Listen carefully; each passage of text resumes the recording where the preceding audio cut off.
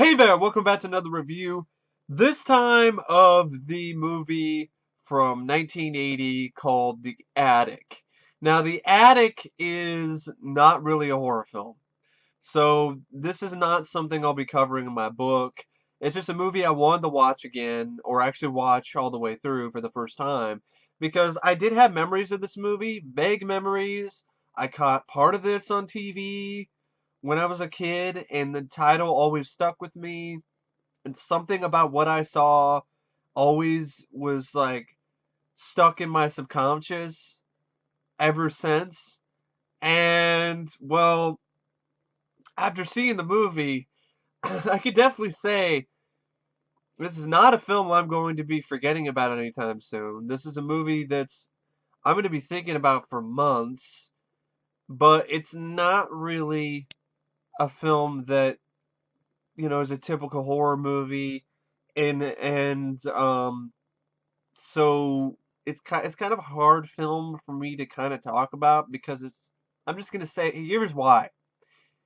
It is one of the most deeply tragic, moving, and sad films I have ever seen. Just thinking about it and just talking about it just makes me sad. So I'm gonna try to be as enthusiastic as I possibly can with this review, but it's not going to be easy. But anyway, this is definitely more of a psychological drama than a horror film. In fact, there are some horror elements to it, which I'll get to, but it is definitely more of a psychological drama than it is a horror movie. So in that regard, the film was terribly marketed because it was marketed as a horror film. The poster, even the VHS says 13 steps into terror, as the tagline, and that's really not selling the film in the right way whatsoever. So I can see why people who saw this expecting it to be a horror film were like really disappointed and really hated it and really did not like the movie because that it wasn't a horror movie. But if you look at this as just a psychological drama, I personally see this as one of the best that I've seen. Um, but that's in large part due to Carrie Snodgress's performance, which I honestly think was Oscar worthy. It was that phenomenal. And if you look at it, you look at her age when she did this, she was actually fairly young when she played this role of Louise. And this is supposed to be a woman who's like in her, middle age, or, this is not a young woman. And she nailed it. And yeah, it's really too bad that she passed away so young. She had like she died of heart failure when she was 58. So that sucks. But I definitely would say that I really liked her performance in this. I thought it was very genuine. I thought it was very realistic. It was so well done that I was just drawn into the film and I wanted to know what happened because of her performance. Um, I became emotionally invested in her character and in the film because of her amazing performance. She did a great job showing this character's vulnerability, this character's bit of psychosis, the tragic side of this character. Um, she even had a little bit of a personality and some spunk from some time to time that was nice to see. So it was a very multifaceted character, and the performance was equally multifaceted.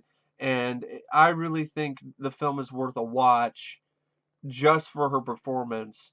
Um, but if you don't get into her performance and you don't see it as amazing as I do, then I could see why it'd be a film that would be kind of hard to sit through. It also has Ray Milland in it, who has been in a few other movies. He plays her father, who's an asshole. Milland does a good job as his performance, playing an asshole, playing a bastard of a father, but, you know, it's still kind of a hard performance to watch because he's such an asshole. And he goes even farther than most asshole dads do. And I'll get to that soon enough when, I talk about, how this film ends. Um, And there's a few other cast members, like there's this, there's a friend that Louise makes while she's working at the library, this younger girl. She's played by Ruth Cox. Her name is Emily. I think she was good. I thought she had a good amount of personality. She was likable. Um, she was relatable, personable. She was somebody that was approachable to the audience, and so I did like her performance. She kind of reminded me a little bit of the same kind of spunkiness you see from Linda Blair. And you also had, like, there's really, it's not really very, the film's not doesn't have like tons of cast members in it. It really doesn't. It's very small, low key production. But you did have an actress, Frances Bay, in it, who played a librarian. And Frances Bay, you might be familiar with because she played Happy's grandma in Happy Gilmore. So here she's a little bit younger, but she pretty much still looks the same. She does a good job with this little cameo role that she has.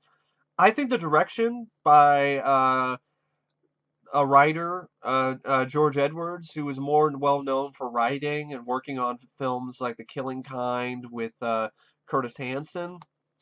Um, he ended up having problems getting to Wichita, Kansas to start filming this movie. So he tried to get on a train, but he got sick. So then he had to take a cab to get to Wichita, and that cost the film production like $1,500. So back in 1980, that's a lot of money, and for a small budget film, that's a pretty high price to pay. And I guess this is the only film he directed because it didn't do well in the box office. This would not be one of those movies that would be a box office hit anyway. But it didn't do very well financially. Critics weren't really into it, and probably because he had a miserable experience directing it. But regardless, I think he did a great job directing the movie. He handled it well. He set up his shots well.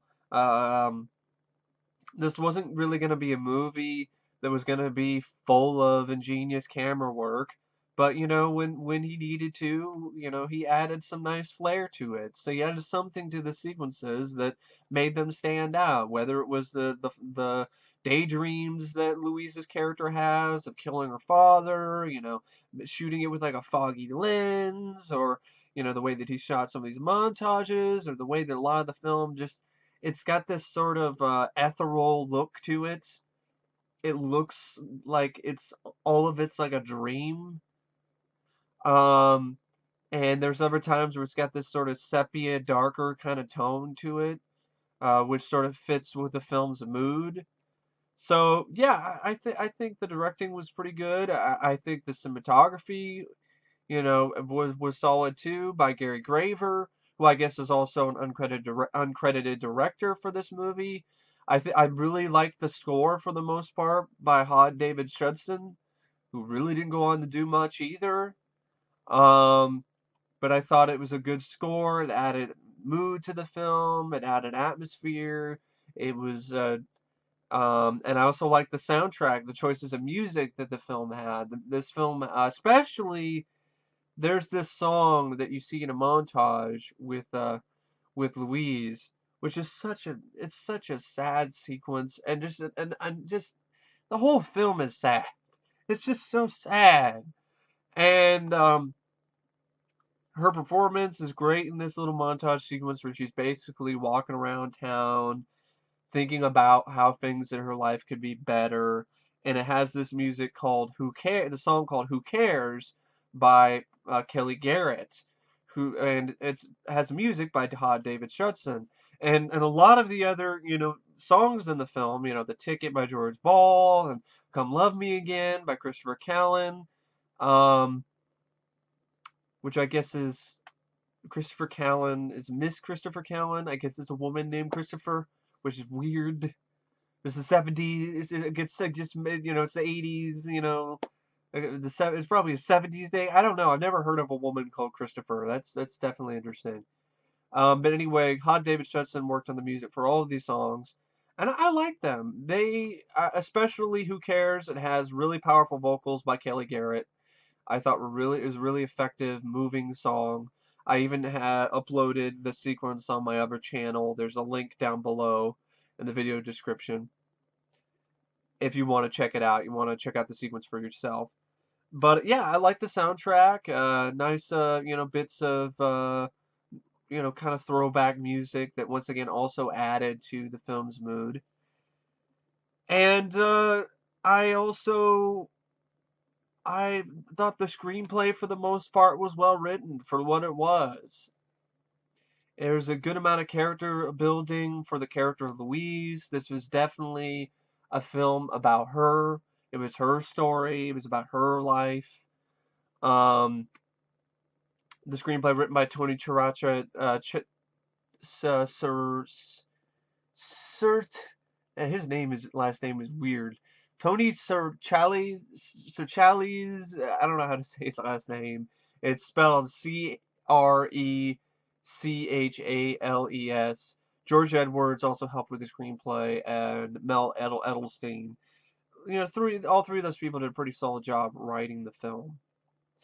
And specifically, the big things about the screenplay that really stuck with me are the the way that everything spirals out of control. The way how Louise's life just falls down a spiral staircase, and then once you get to the end of the film, she hits the bottom, the bottom step, and it's in a way that is just shockingly devastating. It's it leaves you shattered emotionally by the film's end, and I have to admit, I was in tears by the end of this movie because I was so emotionally invested in the film and the character of Louise. I wanted her life to get better. I wanted her to get out of this abusive relationship with her father. I wanted her to go on to have a better life. And, well, that's not what happens in this movie. That's not how this movie ends. Um, and I have to say, this is one of those films that I wouldn't watch over and over again. I would not do it, but it's still a very effective movie for what the story that it's trying to tell. It's not telling a happy story. It's not going to make you feel good afterwards, but it will, in essence, in some ways, make you appreciate your own life a lot more, and realize that, man, my life isn't nearly as shitty as hers. So I mean, there's that. um but yeah, I'm just gonna go do a quick rundown of the plot and talk about some more of the surreal, absurd moments in the movie and the ending specifically. So there's gonna be spoilers here from now on. The movie opens up with a really gripping sequence that just grabs you. It's stunning, to be honest. It definitely takes you for a back. You're definitely like, holy shit, like, really? Like, this is how movie's going to open up. It's interesting how it opens up with these like home movies type stuff of Louise when she was young with her fiance named Robert. They're a happier time, and see the home movies, the 8 millimeter, video, you know, you just see it, and then you hear like some crying in the background, and then the camera pans out, and you're no longer watching the home movies, and then you see who is watching them, and it's this Louise, his character, and she slit her wrists, and she's laying there on her bed, which is covered in all these stuffed monkeys because she really likes monkeys. And she just they're just her wrists are slit, and you're just like, oh my god, that's just so awful. But like, I could not look away. I was just drawn into it because I was just like, man, that's intense. It's a really intense way to open a movie. And honestly, really ballsy. Like, I don't think I'd see a movie nowadays that would open up like that. And even 1980, that was pretty ballsy. So then we cut to her. She's working at the library, and she's fine. She slit her wrists, and it didn't work. And she even has conversations with her father, who's, mad at her, tells her to take her bandages off, you know, because he's an asshole, of course. But you get this sort of you get a gist of the relationship between Louise and Emily, her coworker at the library. Louise is not only dealing with depression in her life, dealing with her asshole dad who's abusing her uh, psychologically, berating her, just being an all around dickhead. And so much so, that he's pretty much made her his slave. Massage me, get me my food, so on, so on and so on, and with not much in return at all. And no affection from her father either. In fact, he says stuff like, I wish you were more like your mother, you were nothing like her, you're terrible. And this is this really terrible, despicable human being, her father, uh, Wendell, played by Ray Milland. Well, so her life is already starting to spiral out of control. She's dealing with a midlife crisis. She's dealing with her abusive father. She's been suicidal, and then she's now getting phased out of her job as a librarian. Pretty much, she's reached the point where she's too old, I guess, for the library and their ideas and in their mind. So they're replacing her with a younger girl, which is Emily, the girl that she's befriended, and she's basically on her way out of her job. And since people in the town have pretty much just assumed shit about her and really thought that she was some crazy woman who had like burned down places and done all this other stuff, and they think that she's nuts, her chances of getting another job aren't very good. So, this just starts a whole downward spiral. And she's not in the right frame of mind. She's having hallucinations of killing her father.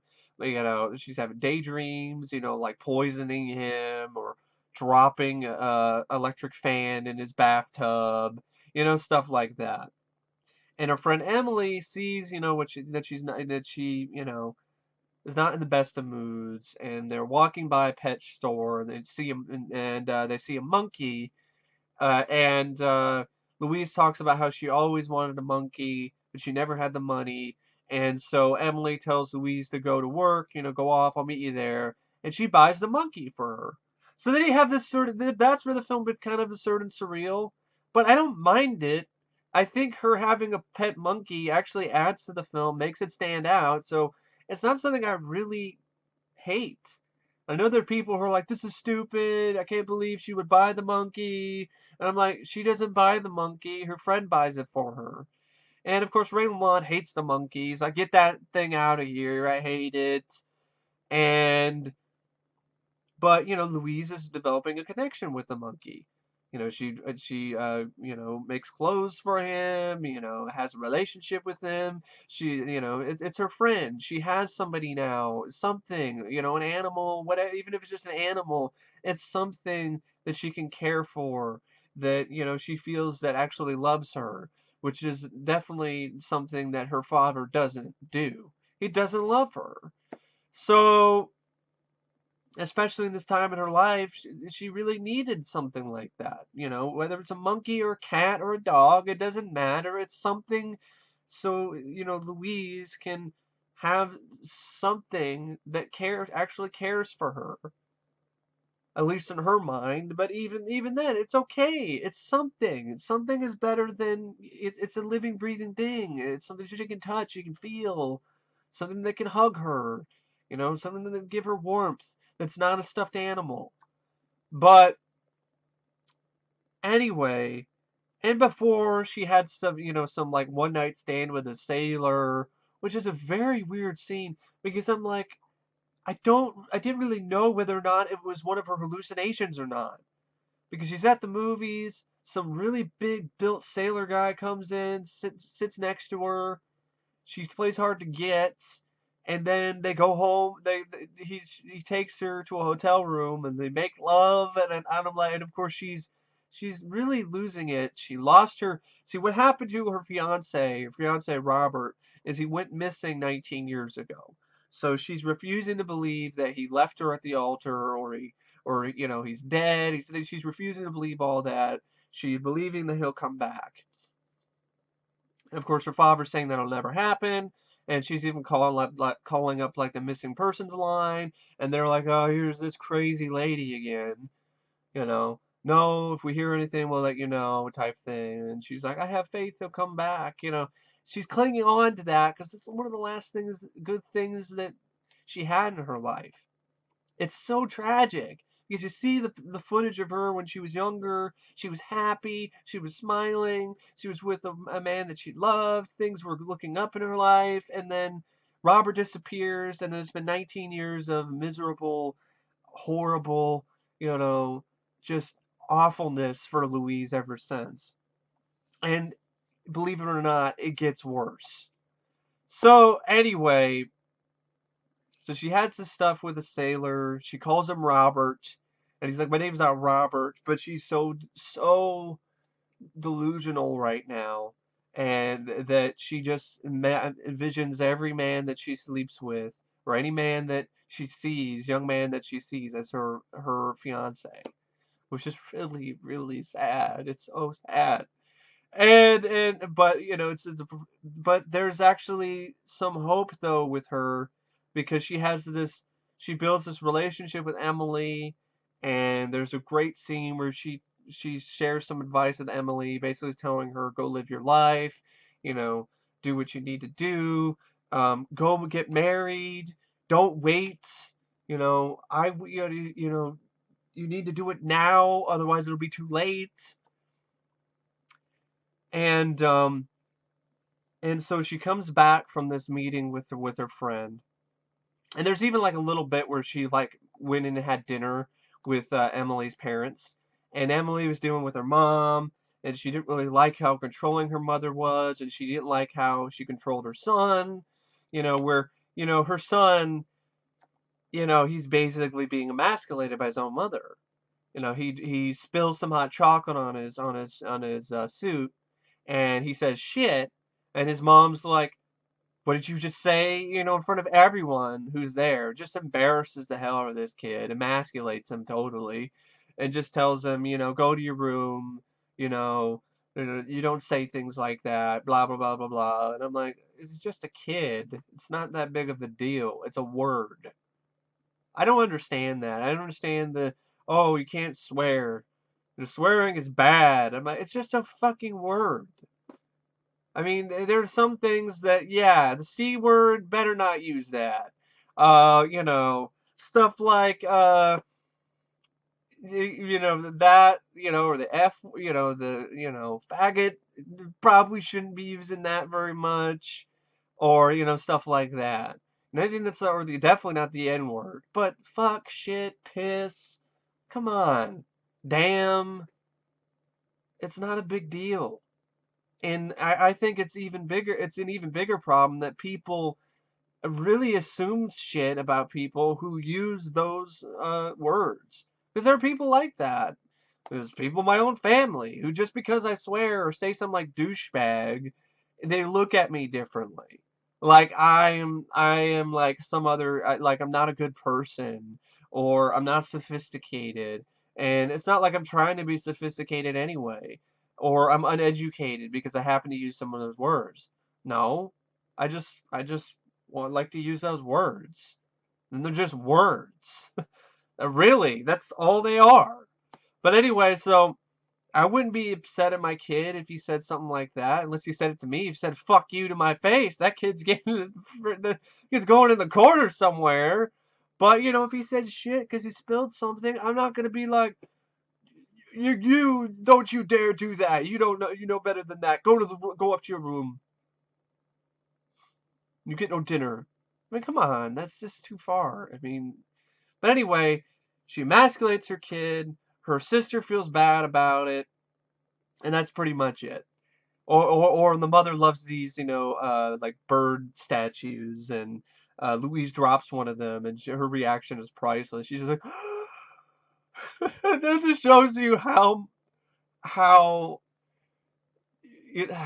much more important her little bird statues are versus her own kids, which is pretty sad. So anyway, so after that, she meets up with Emily. Louise meets with Emily. They have a little bike ride. And while this is going on, Louise is out of the house, and Ray Milland pretty much corners her monkey named Dickie, which is a silly name, Dickie.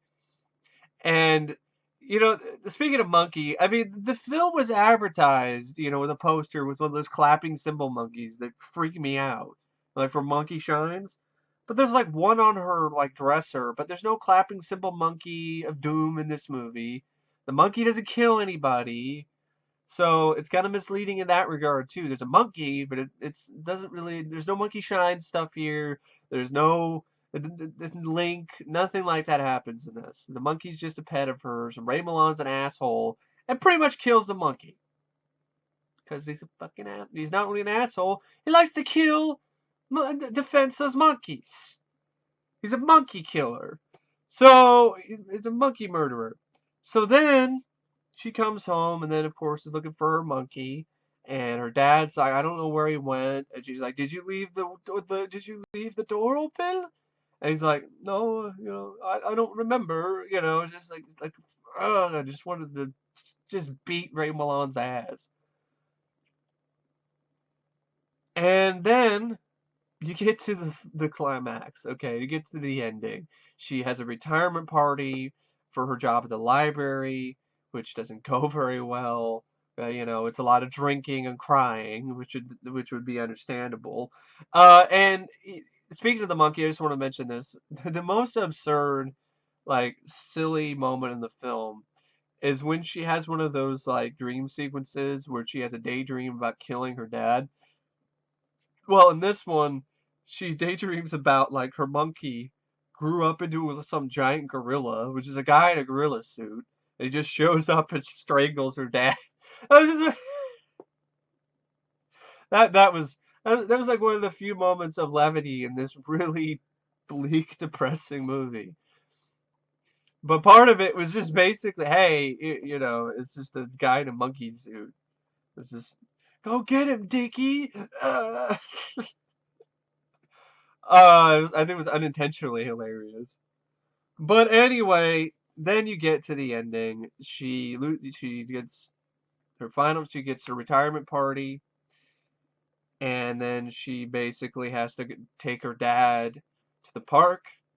He wants to go up the big hill because he wants to see the good view. So they go up this hill, and he's being an ass, and he pretty much ends up. And of course, actually, before this happened, she got her last paycheck. She got some vacation pay with it. And she was asking her dad for some money, but he wouldn't give her any because she was, And so then she ends up using the last of her paycheck to buy a ticket to LA for her friend Emily so she can go to LA, fly to LA, and get married to her lover. And she gave her last of her cash too.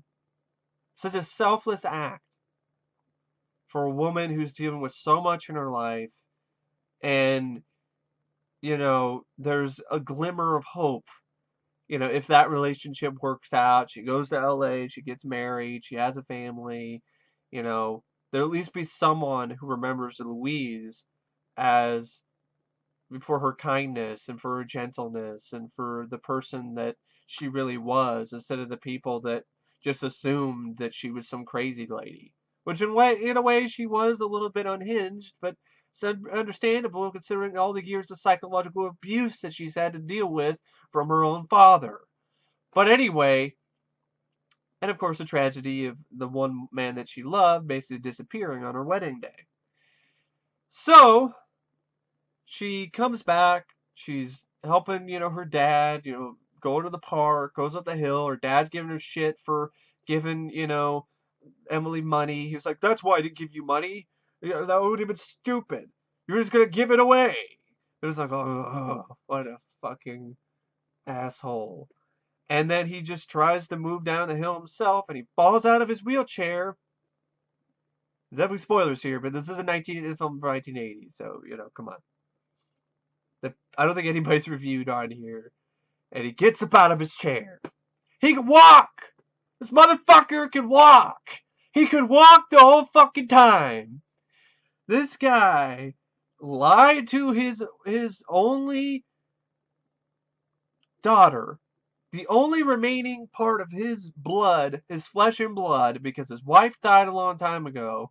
He lied to her about his disability. She pretty much was his slave. She took him everywhere. She massaged his legs. She massaged his back. She dealt with all his crap because she thought he was disabled.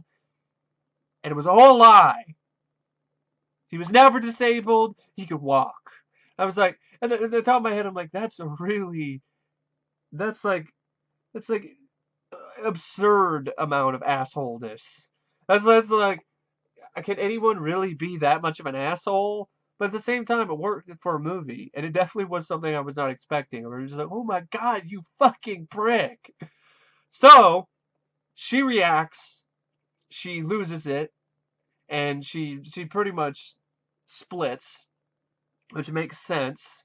She completely loses her shit and like, what? You know, like you've been told, you've been lying to me. You could walk, and then just smacks his ass, and he falls down the hill, and his head lands on a rock, and he dies. I don't feel bad. Why should I? So then she runs back to his house, and it's at night, and it's raining. She gets in the house, and basically now Louisa's like, I'm gonna get out of here. I'm gonna get out of this hell. I don't have to be a part of this anymore. You know, my father's dead. Good riddance. He's a lying scumbag. So she's looking throughout the house trying to find money so she can get out. Understandable. I don't have a problem with the situation. I really don't. Maybe my moral compass is a little bit twisted, but if you dealt with all that shit for your entire life, you've been fucked around for 19 years, I mean, I'd be fine with you doing whatever you had to do to get the hell out of this situation, to get out of this hell on earth that you've been living in for 19 years.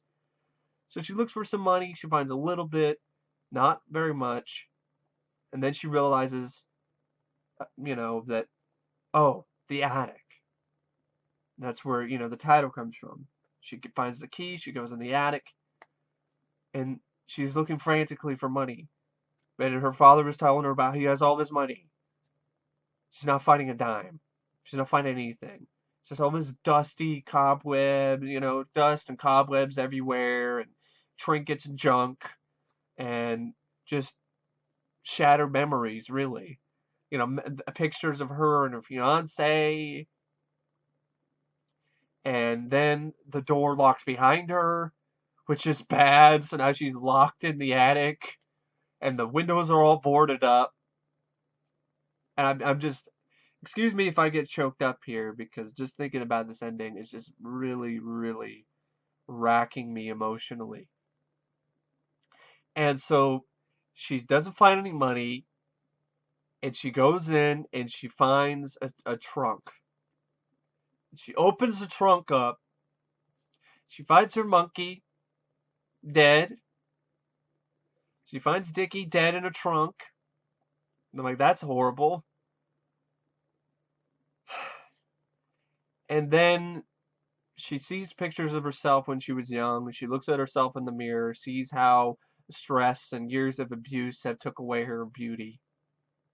She sees or hallucinates an image of her fiance Robert, and then out of a closet falls the corpse of Robert.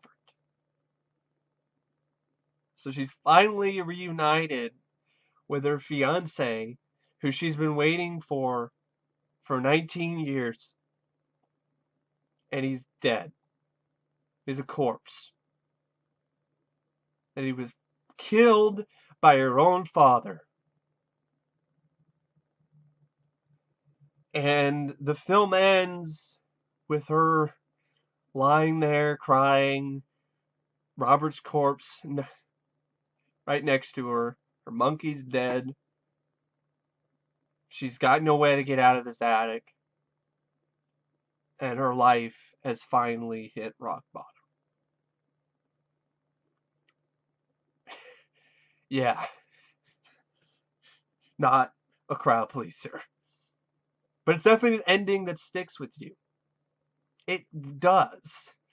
This is just, this film is packed with so much sadness and tragedy, and it just gets me emotionally invested, and it infuriates me like no other film I can think, no other film of its type. It's a very effective psychological drama in that regard. I mean, wow, I mean, the amount of suffering that she goes through in this movie, especially at the end. I mean, even Jigsaw would think it's too much. I mean, Pinhead would be like, that's too much suffering. Like, I mean, that's how fucked up this movie is. That it ends with the realization that her father had lied to her for 19 years about his disability, made her his slave, and he also destroyed her life. He killed her.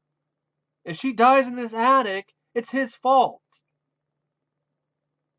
I don't blame her for going up there because she needed to find this fortune he was talking about so she could get the hell out of this hell on earth that her father created. And ultimately, he kills her too. He murdered everyone in her life except for Emily. But if he knew about her and found a way to kill her, he probably would have. He murdered her fiance on her wedding day. He killed her pet monkey, which I know that sounds absurd, but it's fucked up, trust me. The monkey did nothing to him. Monkey's kind of an ass at one time, maybe broke his glasses, but he was being an asshole to the monkey. So I don't blame the monkey for being an asshole to him. Didn't mean he need to kill him. Stuff him in a fucking trunk in the attic. So anyway, her father lied to her, made her his slave for years, just basically bound her to him, treated her like shit, and he killed her fiance, killed her monkey, destroyed her life. The person who helped bring her into this world, her own father, did all this horrible shit to her. Like that's even more horrifying than a lot of things I've seen in horror films. So in some instances there are some elements of this that definitely are horror related. Like that is definitely horror related. That's like some real life horror. That's some like real life shit. Or you're just like, wow, this is a human horror and it's terrifying to imagine that your father would do so much horrible, awful shit to you. Out of for what? Why did he do this? To his only daughter. To the only thing he had left in this life other than himself. Just spite? Did he hate his own daughter so much that he basically destroyed her? I mean, God. Fucking holy shit. Um but anyway, yeah, I really don't know what else to say about The Attic except but I wouldn't it's hard for me to say, wow, I liked this movie because it's such a pressing, sad, tragic movie, but I would say I did appreciate the experience. It moved me. It affected me emotionally. It got me involved emotionally. Carrie Snodgress's performance was phenomenal. Um, the rest of the supporting cast did their jobs well. All the other elements of the movie were pretty solid for the most part. The only problems I had with it is that it can get a little bit too sad, and you have a little bit more too much absurdity with the stuff with the pet monkey, which makes it stand out. At the same time, it's kind of like really okay. All right, I'll roll with it, but okay, all right. The stuff with the dream sequences, but yeah, I don't know if I recommend this. I mean, I I kind of want people to see it because I do feel it's a gem. It's a gem of a psychological drama. But if you do decide to go see this movie, prepare yourself. That's all I gotta say. You gotta be in the right mood for this. If you're already depressed and you're not having a good day, don't watch this. It's just gonna make things worse. Um, you gotta be prepared for a film that's gonna be sad. It's gonna be tragic. It's gonna make you, you know, really, really uncomfortable at times. Um, but I think you'll be rewarded with some really great performances by the cast, some solid direction, a story that, while kind of pretty fucked up, is pretty effective for the most part. But anyway, yeah, I don't know what else to say about the movie except I rate it 5 stars. I give it 4 out of 5, and I know it's a long review, but there's just a lot I had to talk about with this movie, um, especially that ending. I mean, it is. I really think it's one of the biggest bummers of all time. But anyway, thank you for watching, and I will see you guys later. See ya.